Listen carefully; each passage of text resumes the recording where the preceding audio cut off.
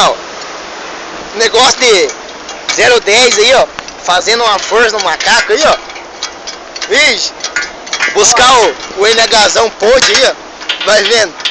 É a retífica aqui. E o bloco? Será que atolou ou não? Se eu puxar o troço aqui, atolou. Você não falou que botou até o 01 pra trabalhar aí? Poxa. Olha lá o Borvão, qualificado. Fez um bicho bruto. Mas aí, juntamente aí com o 010 aí, nativo aí, fazendo uns balaios pra galera aí. Então, o buracão aí, ó. E eu só na filmagem aí, o 010 trabalhando, não falou isso não.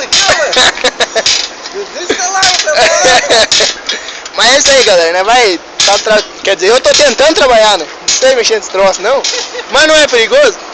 Mas nós vai aí, depois nós fazemos umas filmagens aí. Falou aí, galera.